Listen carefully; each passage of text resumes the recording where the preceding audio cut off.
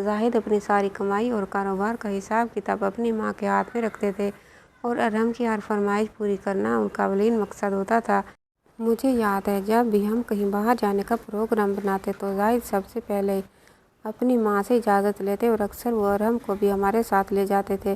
وہ کہتے تھے کہ بھائی اکیلا گھر میں بور ہو جائے گا، اسے بھی ساتھ لے چلتے ہیں۔ زاہد کی اسی دریا دلی اور خاندان سے محبت نے میرا دل جیت لیا تھا اور راتوں کو دیر تک بیٹھ کر اپنے مستقبل کے منصوبے بناتے اور کہتے تھے کہ مریم یہ جو کچھ بھی میں کما رہا ہوں یہ سب تمہارے اور ہمارے ہونے والے بچوں کے لیے ہے۔ وہ اپنی ماں کے پاؤں دباتے، ان کی ہر بات پر سر خم تسلیم کر دیتے تھے۔ ان کے نزدیک ان کا بھائی ارحم ان کا بازو تھا اور وہ ہر وقت ارحم کے مستقبل کے لیے فکر مند رہتے تھے۔ ساس امی بھی اس وقت مجھ پر شفقت کرتی تھی۔ وہ مجھے اپنے پاس بٹھا کر زاہد کے بچپن کے قصے سناتی تھی اور کہتی تھی کہ مریم تم اس گھر کی برکت ہو۔ زاہد کے والد کے جانے کے بعد اس گھر کی رونقیں لوٹ آئی ہیں۔ ان 2 سالوں میں میں نے کبھی یہ محسوس نہیں کیا کہ اس محبت کے پیچھے کوئی اور مقصد بھی ہو سکتا ہے۔ زاہد اپنی جائیداد اور بینک بیلنس کے تمام کاغذات الماری میں نہیں بلکہ اپنی ماں کی تحویل میں رکھتے تھے۔ ان کا کہنا تھا کہ ماں سے زیادہ قابل اعتبار ہستی اور کون ہو سکتی ہے۔ وہ دن رات محنت کرتے تھے تاکہ اپنی ماں کو ہر آسائش دے سکیں اور ارحم کو کسی چیز کی کمی نہ ہو۔ میں بھی اس سوچ سے بہت متاثر تھی اور خوش تھی کہ مجھے اتنا پیار کرنے والا اور رشتوں کی قدر کرنے والا جیون ساتھی ملا ہے۔ زاہد اکثر ہنستے ہوئے کہتے تھے کہ اگر مجھے کبھی کچھ ہو گیا تو تم پریشان نہ ہونا، میری ماں اور ارحم تمہارا بہت خیال رکھیں گے۔ وہ اپنے بھائی پر اس قدر اندھا اعتبار کرتے تھے کہ کاروبار کی کئی اہم کاغذات پر ارحم سے بھی دستخط کرواتے تھے۔ مجھے کیا معلوم تھا کہ جن رشتوں پر زاہد کو اتنا فخر تھا وہی رشتے ان کے جانے کے بعد اپنی اصلیت دکھائیں گے۔ ان 2 سالوں میں ہم نے ساتھ میں بہت سے خواب دیکھے تھے۔ زاہد کو بچوں سے بے انتہا لگاؤ تھا اور جب انہیں میری امید سے ہونے کی خبر ملی تو وہ خوشی سے نہال ہو گئے تھے۔ انہوں نے پورے محلے میں مٹھائی بانٹی اور ساتھ ساس کے پاؤں چھو کر دعائیں لی تھیں۔ وہ وقت میری زندگی کا سنہرا ترین دور تھا جب اس گھر کی فضاؤں میں صرف قہقہے اور پیار کی خوشیوں کی جی بسی تھی۔ لیکن تقدیر کو کچھ اور ہی منظور تھا اور اچانک زاہد کا ایک حادثے کے اندر چلے جانا میری دنیا اندھیر کر گیا۔ جس وقت زاہد کی میت ایمبولینس سے اتار کر گھر کے صحن میں رکھی گئی تو جیسے پوری کائنات ہی ساکت ہو گئی تھی۔ ایک پل میں وہ گھر جو خوشیوں کا گہوارہ تھا ماتم کدہ بن گیا اور ہر طرف ایسا کوہرام برپا ہوا کہ کلیجہ منہ کو آنے لگا تھا۔ مجھے تو اپنی آنکھوں پر یقین ہی نہیں آ رہا تھا کہ یہ وہی زاہد ہے جو ابھی چند گھنٹوں پہلے ہی مسکراتے ہوئے میرا ماتھا چوم کر گھر سے باہر نکلا تھا اور ہم آنے والے کل کے خواب بنا رہے تھے۔ میں دیوانہ وار ان کے ساکن وجود کی طرف لپکی لیکن عورتوں کے ہجوم نے مجھے جکڑ لیا۔ کسی نے میری کلائیوں کو بے دردی سے مروڑ کر وہ رنگین چوڑیاں توڑ دیں جن کی کھنک زاہد کو بہت پسند تھی۔ چوڑیوں کے ٹوٹنے کی آواز میرے دل کے ٹوٹنے جیسی تھی۔ پھر کسی نے میرے سر سے وہ رنگین دوپٹہ کھینچ لیا جو میری خوش بختی کی علامت تھا اور میرے کندھوں پر ایک سفید بے رنگ چادر ڈال دی۔ وہ لمحہ جیتے جی مر جانے جیسا تھا جب مجھ سے میرا سہاگ چھینا جا رہا تھا۔ میں نے چیخنا چاہتی تھی، دیکھو دیکھو زاہد ابھی جاگ جائے گا، ابھی وہ مجھے پکارے گا، لیکن ان کے بند ہوتے ہی لب اور وہ سفید کفن سچی گواہی دے رہے تھے کہ میری زندگی کا سورج ہمیشہ کے لیے ڈوب چکا ہے۔ ساس امی دھاڑے مار مار کر رو رہی تھیں اور ارحم نڈال ہو کر زاہد کے قدموں سے لپٹا ہوا تھا۔ ہر کوئی مجھے ترس بھری نگاہوں سے دیکھ رہا تھا جیسے میں کوئی زندہ لاش ہوں۔ مجھے وہ منظر آج بھی یاد ہے جب غسل کے بعد ان کا چہرہ آخری بار دکھایا گیا تو مجھے لگا کہ میری تمام رنگینیاں، میری ساری امیدیں اس تابوت کے ساتھ ہی دفن ہونے والی ہیں۔ وہ شخص جو میرے ہر دکھ کی ڈھال تھا آج خود مجھے عمر بھر کا دکھ دے کر خاموش ہو گیا تھا۔ اس لمحے سے میری زندگی سے خوشیوں کا رخصت ہو گئی تھی اور میں ایک ایسی ویران راہ پر نکل کھڑی ہوئی جہاں صرف اندھیرا اور تنہائی میرا مقدر تھی۔ زاہد کے جانے کے بعد میری دنیا اجڑ چکی تھی اور میرا دل چاہتا تھا کہ میں اپنے مائکے چلی جاؤں اور اپنے والدین کے سائے میں اس غم کو ہلکا کروں۔ میرے ماں باپ بھی بہت پریشان تھے اور مجھے لینے کے لیے آئے تھے۔ وہ بار بار میری ساس سے کہہ رہے تھے کہ اب جب زاہد نہیں رہا تو مریم کا یہاں اکیلے رہنا مشکل ہوگا، ہم اسے اپنے ساتھ لے جانا چاہتے ہیں تاکہ یہ اپنے مائکے میں سکون سے رہ سکے۔ مگر میری ساس نے کمال کی اپنائیت دکھائی اور صاف منع کر دیا۔ انہوں نے بھری ہوئی آواز میں میرے والدین کے سامنے ہاتھ جوڑ لیے۔ وہ روتے ہوئے مجھ سے لپٹ گئیں۔ انہوں نے بڑی محبت سے مجھے گلے لگاتے ہوئے کہا، آپ لوگ یہ کیا کہہ رہے ہیں؟ مریم اب صرف میری بہو نہیں بلکہ میری بیٹی ہے، اور اس کی گود میں میرے بیٹے کی آخری نشانی یعنی میری نسل کی امانت ہے۔ میں اپنی اس بیٹی کو اپنے سے دور کیسے کروں؟ اس نازک وقت میں جب اسے سہارے کی سب سے زیادہ ضرورت ہے تو کیا میں اسے کسی اور کے حوالے کر دوں؟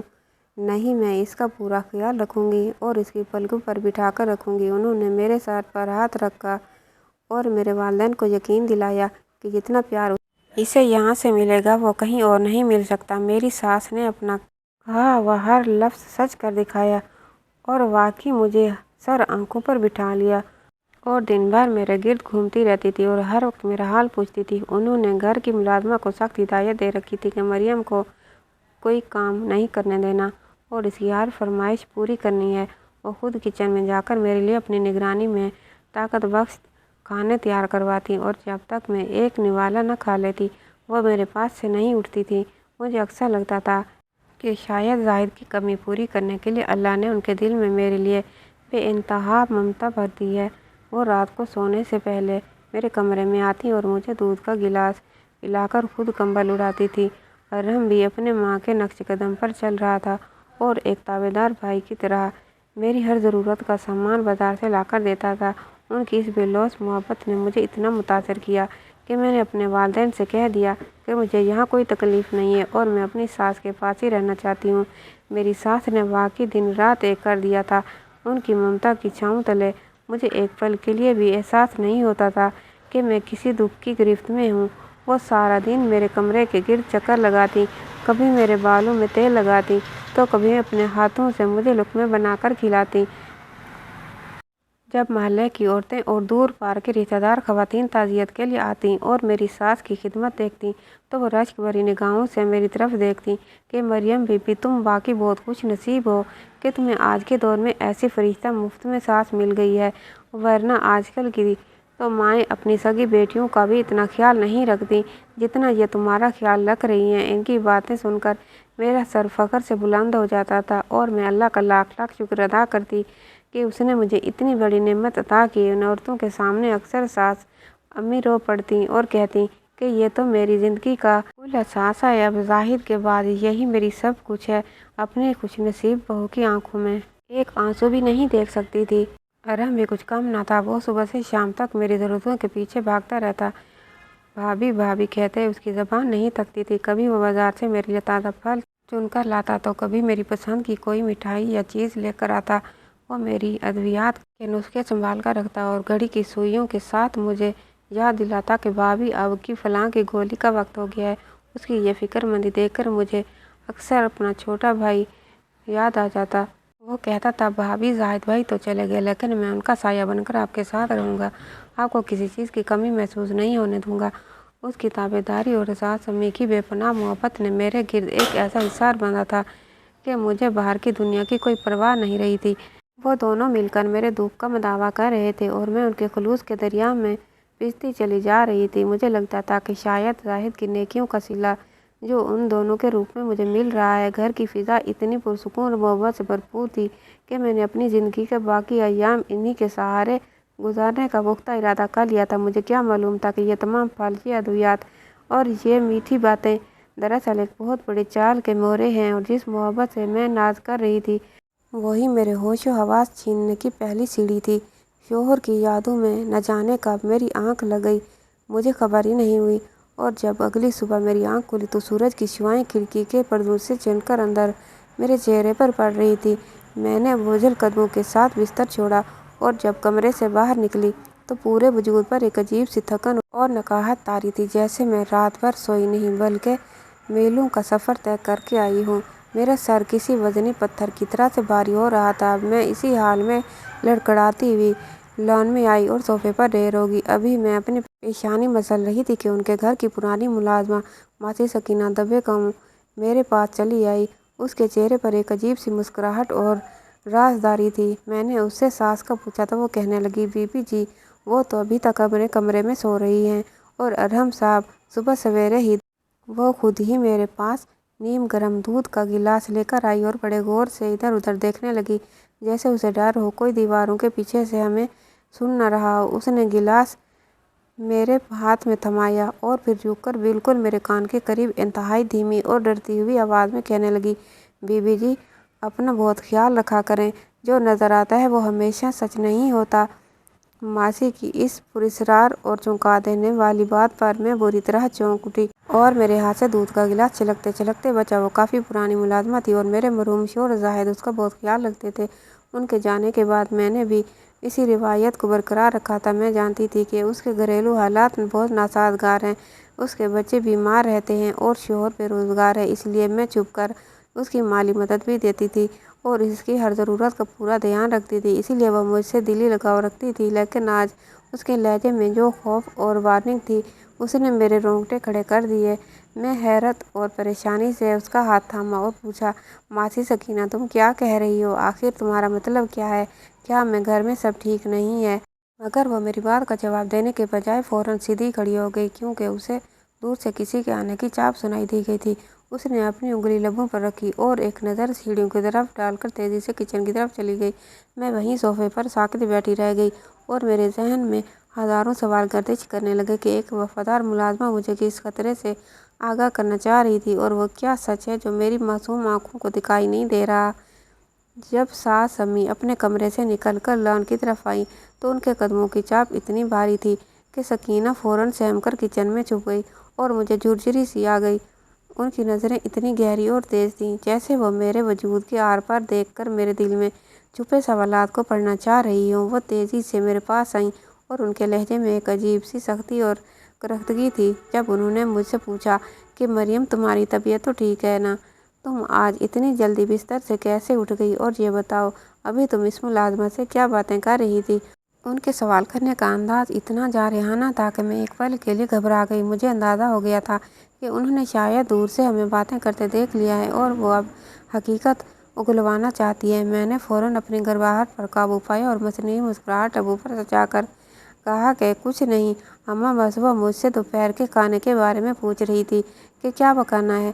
ساس امی میرے برابر صوفے پر آ کر بیٹھ گئیں، لیکن ان کے چہرے کے تاثرات ابھی بھی بدلے ہوئے تھے۔ وہ صوفے کی نشست سے ٹیک لگا کر کہنے لگی کہ مریم بیٹی، زاہد نے سکینہ کو بڑے سر پر چڑھا رکھا تھا۔ سچ کہوں تو یہ عورت ہمیشہ ہمارے گھریلو معاملات میں دخل اندازی کرنے کی کوشش کرتی اور حد سے زیادہ زبان چلاتی ہے۔ زاہد کی وجہ سے میں نے ہمیشہ اسے برداشت کیا، اب تمہاری خاطر چپ ہوں، لیکن اب مجھے لگتا ہے کہ ہمیں یہ ملازمہ نکال دینی چاہیے۔ اس کی موجودگی مجھے کھٹکنے لگی۔ ساس امی کا اچانک سکینہ کو نکالنے کی بات کرنا میرے لیے کسی دھماکے سے کم نہیں تھا، کیونکہ آج تک انہوں نے کبھی اس بارے میں کوئی شکایت نہیں کی تھی۔ میں نے فوراً انکار میں سر ہلایا اور کہا، نہیں اماں، سکینہ بہت پرانی اور وفادار ہے، وہ گھر کا سارا کام بہت سلیقے اور طریقے سے کرتی ہے۔ اگر ہمیں کسی نئی ملازمہ کو رکھیں گے تو اس پر بھروسہ کرنا مشکل ہوگا، اور آج کل کے دور میں ویسے بھی کسی اجنبی کو گھر میں جگہ دینا خطرے سے خالی نہیں ہوتا۔ میری یہ بات سن کر ساس امی کچھ دیر کے لیے سوچ میں پڑ گئیں اور پھر خاموشی سے اٹھ کر کچن کی طرف چلی گئیں، مگر ان کی اس خاموشی میں ایک عجیب سا تناؤ تھا۔ دوپہر کے وقت جب سکینہ صفائی کے بہانے سے میرے کمرے میں آئی تھی تو میں نے دروازہ بند کر کے اسے پوچھا، سکینہ سچ سچ بتاؤ کہ تو صبح تم کیا کہنا چاہ رہی تھی؟ تمہارا اشارہ کس طرف تھا؟ وہ کچھ لمحے خاموش کھڑی رہی، اس کی آنکھوں میں خوف اور بے بسی کی ایک عجیب سی جھلک تھی۔ پھر اس نے کانپتی ہوئی آواز میں کہا، بی بی جی، میں نے ان گنہگار کانوں سے اس گھر کی چار دیواروں کے پیچھے وہ کچھ سنا جو شاید میں زبان پر لاؤں گی تو آپ کبھی بھی مجھ پر بھروسہ نہیں کریں گی۔ آپ کو لگے گا کہ میں نمک حرامی کر رہی ہوں، اس لیے بہتر یہی ہے کہ آپ اپنی آنکھیں اور کان کھلے رکھیں اور ہر قدم پھونک پھونک کر اٹھائیں۔ مجھے تو یقین ہے کہ بڑی بیگم صاحبہ مجھے جلدی اس گھر سے نکال دیں گی، کیونکہ میں ان کی آنکھوں میں کھٹکنے لگی ہوں۔ اب میں کل یہاں ہوں یا نہ ہوں، لیکن آپ اپنا اور بچے کا بہت خیال رکھیے گا۔ یہ کہہ کر وہ تیزی سے کمرے سے باہر نکل گئی۔ وہ مجھے ایک ذہنی کشمکش میں ڈال گئی جس کا کوئی سرا مجھے نہیں مل رہا تھا۔ سارا دن اسی سوچ بچار میں گزر گیا اور شام کے وقت ارم دفتر سے واپس آئی اور ساتھ ہی مجھے معمول کی وہ دوا لا کر دی جو میں روزانہ کھاتی تھی۔ جیسے ہی میں نے وہ دوا لی، اچانک میری طبیعت پوری طرح بگڑنے لگی۔ میرا سر چکرانے لگا اور مجھے محسوس ہوا جیسے میرا پورا جسم مفلوج ہو رہا ہے اور ہوش و حواس ساتھ چھوڑ رہے ہیں۔ میرے دیور ارحم نے ایک لمحہ ضائع کیے بغیر مجھے سہارا دیا اور فوراً ہسپتال کی طرف روانہ ہو گیا۔ ہسپتال پہنچتے ہی معمول کی کارروائی کے بعد ڈاکٹر نے مجھے ایک بار پھر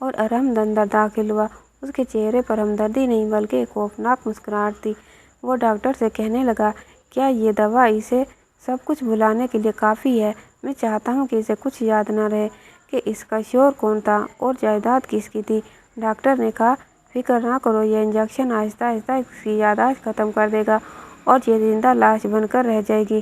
پھر ارحم نے کہا، اب وہ کام کرو جس کے لیے ہم نے یہ سب کیا ہے، یعنی اس کے بچے کو آہستہ آہستہ ختم کرنا ہے تاکہ سب اسے کمزوری سمجھے۔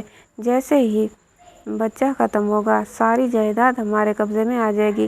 اسی دوران اس کا فون آیا۔ اس نے اسپیکر آن کیا تو دوسری طرف میری ساس کی آواز تھی جو پوچھ رہی تھی، کیا کام ہو گیا ہے؟ ارحم نے ہنستے ہوئے کہا، ہاں ماں، سب ٹھیک ہے، یہ مریم کچھ نہیں سمجھے گی اور جلد ہی سب ہمارا ہو جائے گا۔ یہ سن کر میری روح کانپ گئی۔ مجھے سمجھ آ گیا وہ مجھے کیوں ہسپتال لے جاتے تھے۔ میں نے اپنے بچے کے لیے لڑنے کا فیصلہ کر لیا۔ اگلے دن میں نے ساس سے کہا کہ میں میکے جانا چاہتی ہوں۔ انہوں نے فوراً اجازت دے دی۔ میں گھر پہنچی اور اپنے والدین کو سب کچھ دکھایا۔ انہوں نے فوراً پولیس کو اطلاع دی۔ پولیس نے چھاپہ مار کر ساس اور ارحم کو گرفتار کر لیا۔ تفتیش میں معلوم ہوا کہ میرے شوہر شاہد کا حادثہ بھی ارحم نے کروایا تھا۔ عدالت نے انہیں سزا دی۔ اس کے بعد میں اپنے بچے کے ساتھ اپنے والدین کے گھر آ گئی۔ اب میں اپنی زندگی خود سنبھال رہی ہوں اور اپنے بچے کی پرورش کر رہی ہوں۔ میں نے سیکھ لیا ہے کہ دنیا میں سب سے زیادہ قیمتی چیز رشتے نہیں بلکہ خلوص ہے، جو آج کل بہت نایاب ہو چکا ہے۔ کہانی کیسی لگی کمنٹ باکس میں رائے کا اظہار کیجیے گا اور ویڈیو کو لائک اور چینل کو سبسکرائب کرنا مت بھولیے گا۔ انشاءاللہ تعالیٰ اگلی کہانی کے ساتھ حاضر ہوں گے۔ تب تک کے لیے اللہ حافظ۔